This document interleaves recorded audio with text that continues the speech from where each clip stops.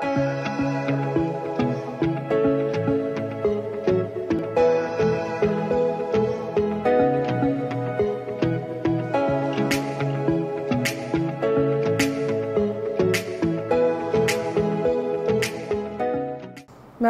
bugün yine sizlerle beraberiz. 11. sınıfın biyoloji kitabının 5. dersindeyiz.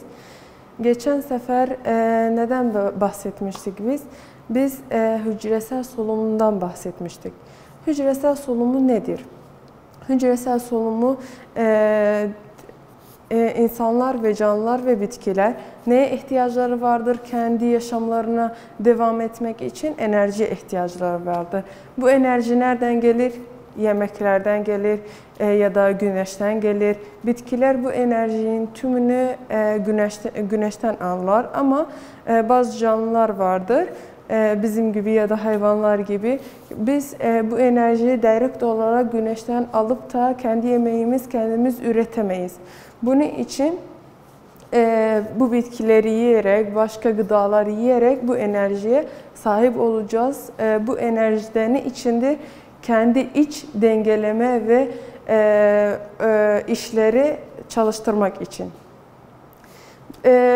Hücresel solumun iki yönü vardır. Birincisi aerobiktir, ikincisi de anaerobiktir. Aerobik olan hava olan yani bir hücresel hava durumunda olduğu zaman ATP üretir bize. Ama eğer hiçbir oksijen yoksa ne üretir? Bir ATP hiçbir ATP üretmez bize. Bunun içinde fermentasyon yönüne doğru gidecek. Fermentasyon nedir? Fermentasyon o da bir işlemdir. Hiçbir ATP üretmez ama NADH molekülü bize üretir ki bu hücresel solunum tekrarlaması için. Hücresel solunumunda ilk reaksiyonu neydi? Glukoz ayrışmasıydı. Şimdi gelelim bizim iki tane fermentasyonumuz var. Biri laktik asit fermentasyon, birisi de alkol fermentasyonudur. Gelelim bakalım laktik asit fermentasyonu nasıldır? Birinci olarak başta biz ne dedik? Hücresel solunumda ilk aşaması, ilk aksiyonu nedir? Glukozun ayrışmasıdır. Bunun içinde fermentasyonun glukoz, birinci olarak glukozumuz var, 6 karbon olarak. Bu glukoz ne olacak? Pyruvic asite dönecek. Pyruvic asit kaç karbonludur? 3 karbonludur. Bu değişmede NADH'e değişir. Yani bir hidrojen fazla alır kendisi için. Bundan sonra da bu pyruvic asit neye dönüşür? Laktik aside dönüşür. O da 3 karbonlu bir moleküldür. Bu işlemde de neye değişir? NADH yine kendi hidrojeni kaybedecek ve NAD'e dönüşecek. İkinci fermentasyonumuz nedir? İkinci fermentasyon alkol fermentasyonudur. O fermentasyon nasıl oluyor? O da yine bir 6 karbonlu glukozumuz var. Bu 6 karbon glukoz neye dönüşür? Biz bunu biliyoruz ki glukozun ayrışmasında bize sonuçta ne verir? Pyruvic asit verir. Bu glukoz değiştiği zaman 6 karbonlu glukoz değiştiği zaman bir pyruvic asit bize üretir. 6 karbonlu glukoz 3 karbonlu 2 tane 3 karbonlu pyruvic asit bize yapar. Bu pyruvic asit 3 karbonlu pyruvic asit bir karbon ne olur? Karbondioksit olur. Diğer 2 karbon ne olur? Birleşir. 2 karbona kadar diğer 2 karbon birleşir. Birleştiği zaman neye dönüşür? Alkole dönüşür.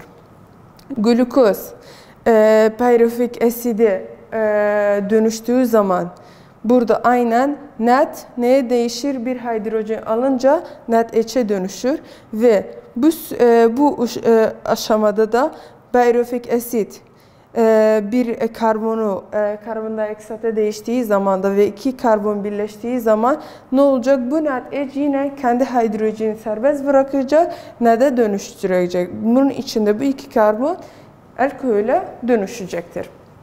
Biz fermentation, laktik asit fermentation'da bir örnek vereyim size. Bazı mikroskopik canlılar vardır.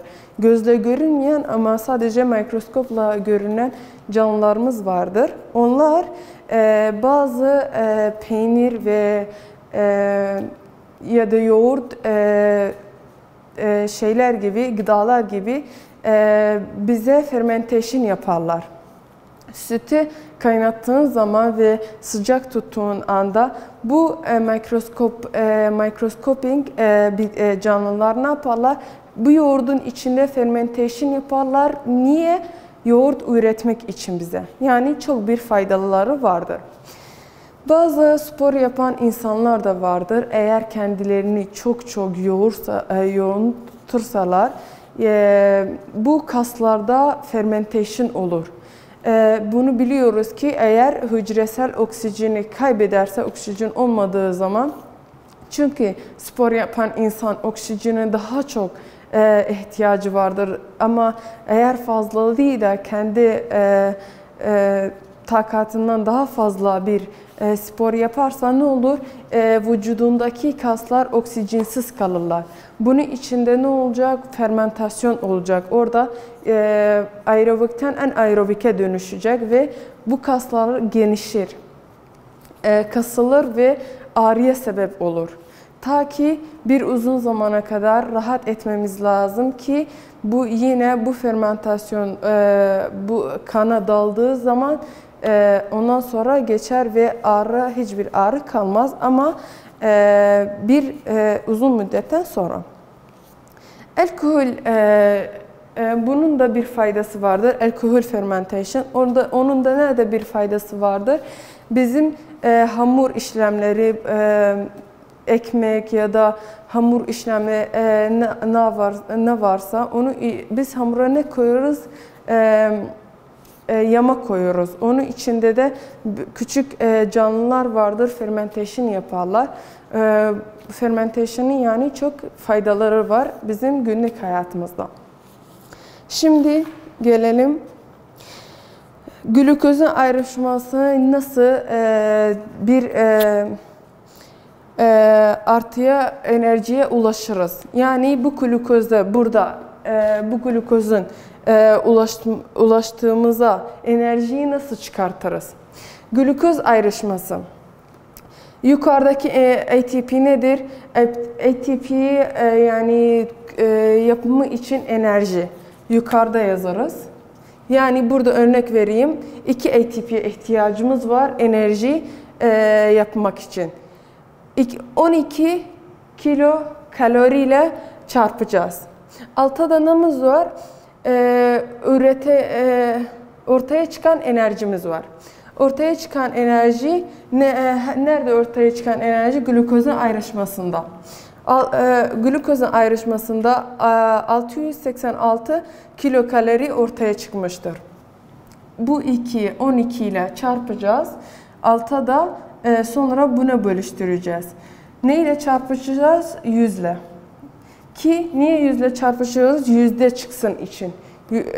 Yani enerjiye yüzde ne kadar yüzde enerji çıkmaz bize onu çıkartmak için. Bunu bölüşeceğiz buna. Sonra da 100 ile çarpışacak. Sonunda ne çıkıyor bize? Yüzde bu kadar enerjiye glukozun ayrışmasında çıkmıştır. 3,5 yüzdede 3,5 enerji biz de kullanmışız. Ne de glukoz ayrışmasında. Şimdi gelelim. Biz bunu söyledik ki 2 yönümüz var glukoz ayrışması için. Birisi aerobiktir, ikincisi de anaerobiktir. Aerobike gelelim. Şimdi uzunca aerobikin bahsedeceğiz. Aerobik 2 gruptan oluşur. Birisi Krebs döngüsüdür. İkincisi de elektron taşımadır. Bu iki yol ne zaman olur? Sadece oksijen olduğu zaman, hücrede oksijen olmasa Bu Krebs cycle döngüsü ve elektron taşıma yani hiçbir çalışmaya yapmaz. Çünkü oksijen yoktur. Sadece oksijen olduğu zaman çalışırlar. Bunlar ilk çekirdekli canlılarda nerede olurlar? Bu işlem nerede olur? Sitosolun içinde olur. Ama gerçek çekirdekli canlılarda bu işlem nerede olur? Mitokondriyada olur. Mitokondriyenin de neresinde olur? Mitokondriyenin döngüsünde olur. Bu detayları bilmemiz lazım. Krebs cycle nedir? Krebs cycle ATP bir küçük miktarda bize üretir ama diğer elektrik taşımaya yardımcı olur ki bu denge tamamlansın diye. Krebs cycle'ın sonunda ne ulaşır bize? Yani Krebs'in son cycle'ında sonunda bize ne üretir? 2 tane NADH üretir ve 6 tane NADH oluşturur bize ve 2 tane FADH2 oluşturur bize, 2 tane ATP ve 4 tane karbondioksit oluşturur.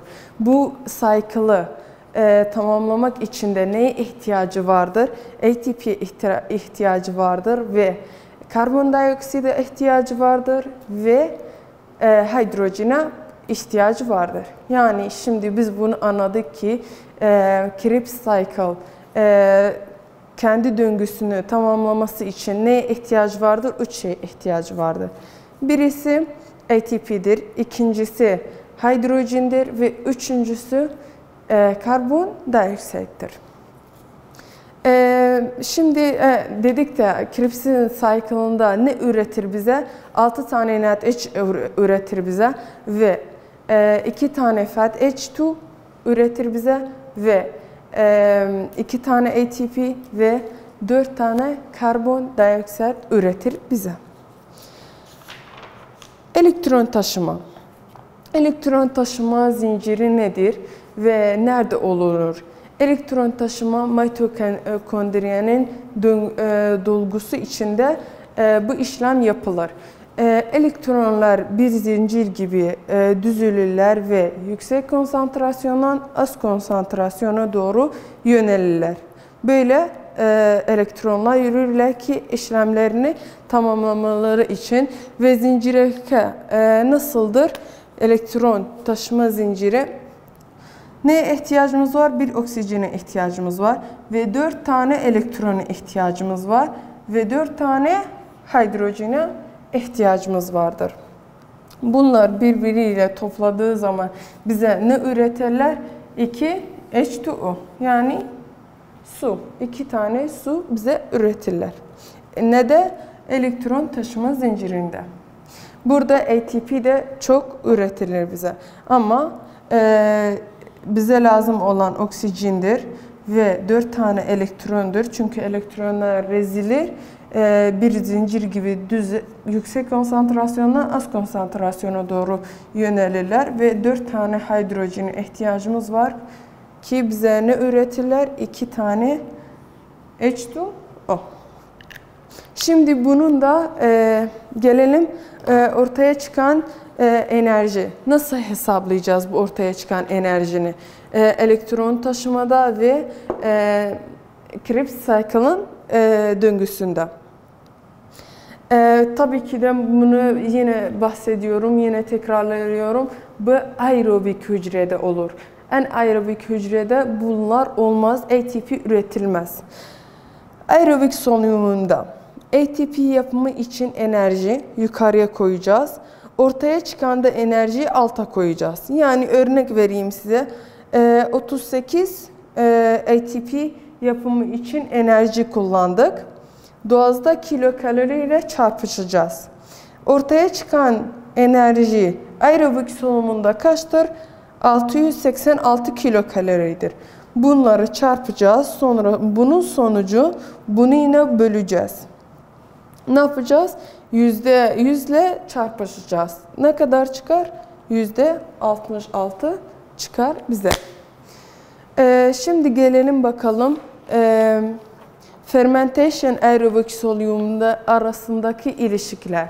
Fermentasyon ve aerobik ulaşımın içinde ne ilişki var bakalım bunlar içinde. İlişkiyi bir zincirle size anlatacağım. Bu nedir? Bir glukoz çeşididir, molekülüdür. 6 karbonumuz var ve 12 hidrojenimiz var ve 6 oksijenimiz var. Neyle bunu toplayacağız? 6 adet oksijenle toplayacağız. Ne üretir bize? Öncelikle karbondioksit 6 tane karbondioksit üretir bize. Ondan sonra 6 tane de su üretir bize ve sonunda da enerji üretir bize.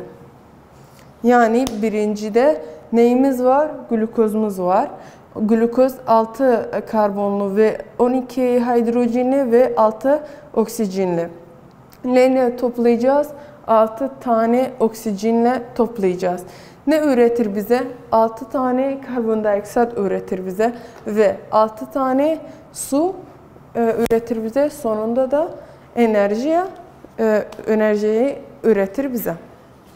Bugünkü dersimizin de sonuna geldik. Başka derste beraber olacak inşallah.